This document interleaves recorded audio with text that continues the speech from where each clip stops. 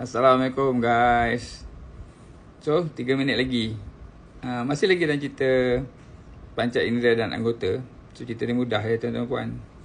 Kita kadang-kadang kan, bila kita lahir semua dah lengkap kan. Jadi kita tak appreciate lah. Kita tak menghargai apa yang Allah bagi pada kita kan. Cuba bayangkanlah kalau kita lahir kan. Bayangkanlah kalau kita lahir macam seketul kentang ni lah kan. Ada hidung je, lain tak ada kan, boleh bernafas je kan. Problem tak? Problem lah. So cerita dia kalau tahun pertama baru Allah kurniakan mata. Agaknya masa tu semua benda kita nak tengok kan, baru kita nak perhati kan, kecantikan alam sekitar dan sebagainya, warna-warni, bunga-bungaan. Tahun kedua baru Allah kurniakan telinga. Baru telinga tumbuh lah kan. Dia embrio tu lah umpamanya kan. Dapat telinga, barulah kita nak dengar semua benda kan. Semua benda nak dengar kan. Tadi mata dah nampak, telinga baru nak dengar. Kemudian baru dikurniakan mulut untuk tahun yang ketiga. Barulah boleh kita nak bercakap, nak menerangkan apa yang kita nampak dan apa yang kita dengar. Betul tak? Dalam keadaan tu kan, baru kita bersyukur agaknya. Betul tak tuan-tuan puan? Baru kita bersyukur yang kurniaan mata ni kan, kurniaan telinga ni, kurniaan mulut ni sangat-sangat berharga sebenarnya kan. Tahun keempat baru dah kurniakan tangan, dan tahun kelima baru dah dikurniakan dengan kaki untuk kita berjalan.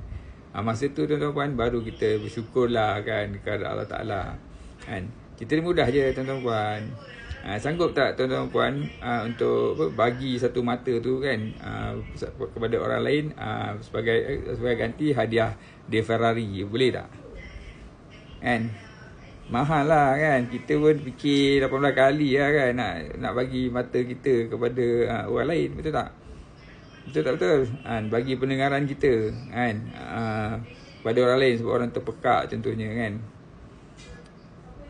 Bagi RM1 nak kan. Saya rasa elok-elok cuba dengar, tiba-tiba jadi pekak kan. Tak nak lah kot kan, walaupun dia bernilai RM1. So sebenarnya mata kita kan, otak kita, telinga kita, mulut kita ni semua priceless lah tuan-tuan puan.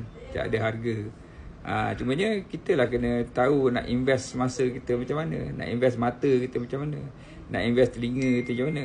Kesalahan kita ialah kita tak invest dia properly kan. Kita gunakan dia sambil lewa je. Kita cakap suka hati nak cakap apa, sedangkan ada hukum hakam dalam cakap kan. Ada hukum hakam nak gunakan mata untuk apa kan. Ada hukum hakam untuk dengar benda-benda yang boleh kita dengar kan. Tu cerita dia kan. Semua benda ada hukum hakam dia. Jadi tuan-tuan puan, kalau faham cerita ni kan, cuba fikirkan apa yang kita gunakan mata kita hari ni, berfaedah ke tak. Alright, itu saja. Assalamualaikum. Bye.